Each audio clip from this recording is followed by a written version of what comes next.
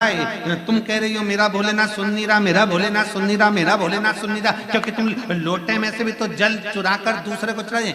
एक लोटे जल में से वहीं शंकर जी को चढ़ा दिया, उसी लोटे के पानी में थोड़ा सा बचा के गणेश जी को चढ़ा दिया, उसी में थोड़ा बचा के पार्वती जी को चढ़ा दिया, उसमें थोड़ा बचा के कार्तिकेय जी को चढ़ा दिया। अब यहाँ बात चल रही है सारी समस्या का हर एक लोटा जल।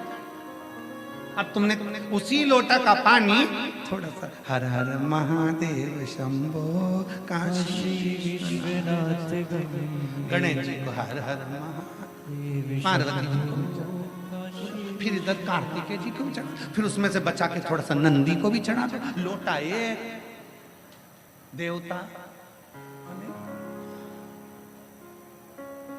शिव महापुराण की कथा कहती है शंकर को जल चढ़ाने जाना, गणेश जी महाराज को अलग से जल चढ़ाने की जरूरत नहीं है, पार्वती जी को अलग से जल चढ़ाने की जरूरत नहीं है, नंदी को अलग से जल चढ़ाने की जरूरत नहीं है, शरणानंद कार्तिकेय को अलग से जल चढ़ाने की जरूरत नहीं है। आपको पहले भी कथा में कहा था, आज फिर बताते हैं।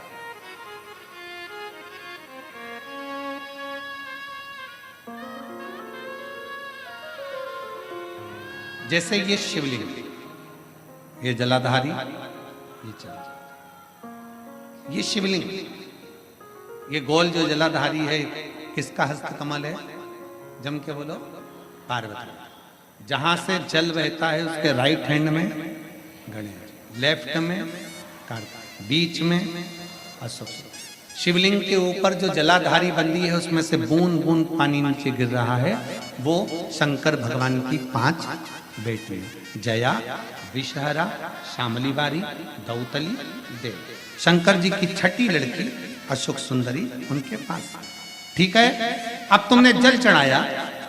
स्कंद पुराण कहती है जहां जल चढ़ता है, जल चढ़ने के बाद जलाधारी पर गिरता है, मतलब पार्वती जी को मिल गया, जल बहते बहते अशोक सुंदरी को मिल गया, कार्तिकेय गणेश को मिल गया, फिर वही जल बहता हुआ जब बाहर निकलता है, नीचे गिरने पर जितना शिवलिंग की, अभी अभी हम सतुआ बाबा जी के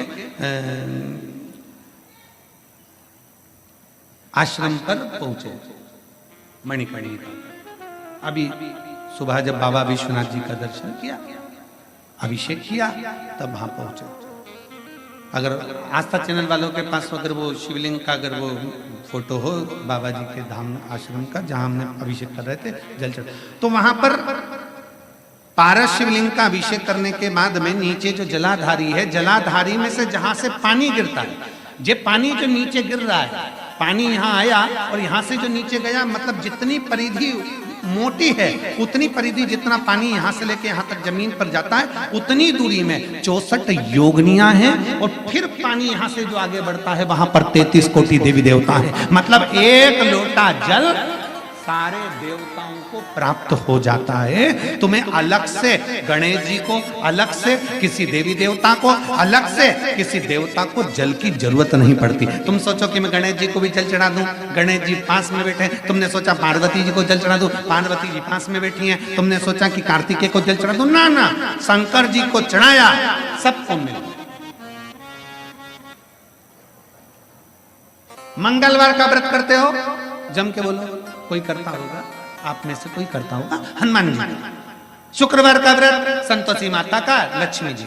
शनिवार का व्रत, बोलो बोलो, जम के बोलो, जम के तो बोलो, शनि महाराज जी। गुरुवार का व्रत बृहस्पति महाराज।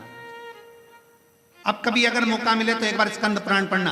स्कंद पुराण का काशी खंड स्मरण करिएगा या अवंतिका खंड स्मरण करिएगा।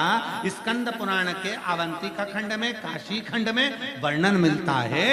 तुम चाहे रविवार का व्रत कर लो, सोमवार का कर लो, देवी का कर लो, देवता का कर लो, चाहे चतुर्थी कर लो, चाहे छठ कर लो, चाहे पंचमी कर लो, कोई सा भी व्रत कर लो, व्रत का फल तुम्हें देवता बिना शंकर की आज्ञा के दे ही नहीं सकते। शिव कहेंगे तब फल,